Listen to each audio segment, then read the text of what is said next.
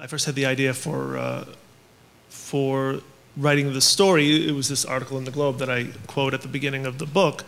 And it was like the 13th paragraph of this longer article that said more bank and armored car robberies come from Charlestown than any other place in the country. And I was like, wow, first of all, why Charlestown and why armored cars? And that really got me. I mean, growing up here, I kind of knew, that it was this locus for that, but to see it in print really sort of, made me pay attention. And that's when I started thinking about it, and I kind of had this idea about a bank teller or bank manager, and basically the Doug and Claire relationship.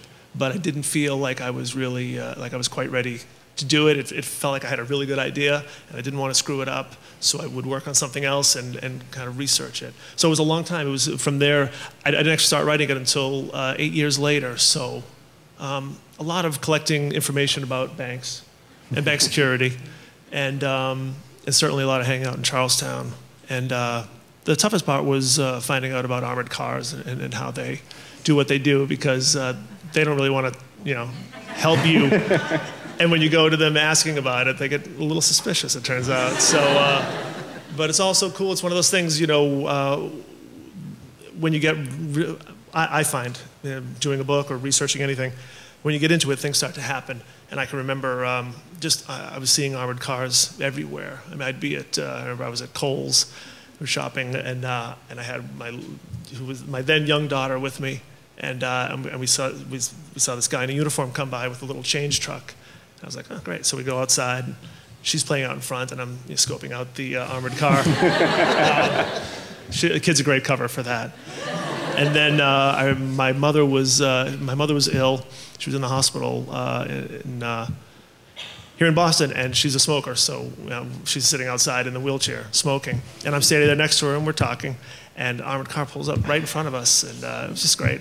Just talking to her and watching. The guy had the earphone, which I thought was interesting, and he opens up the door, and I could see the parabolic mirror and all this stuff. So, some of the stuff really sort of came to me in that way, but it was,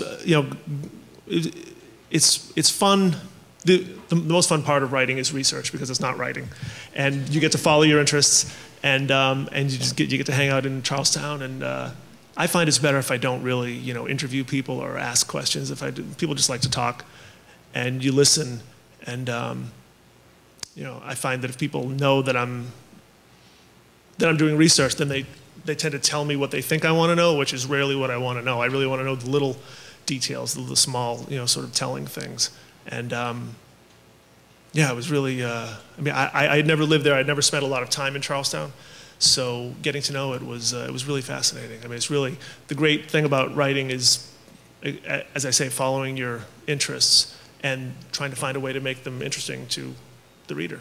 And that's, and it really informed the story and really made the story, pop that much more.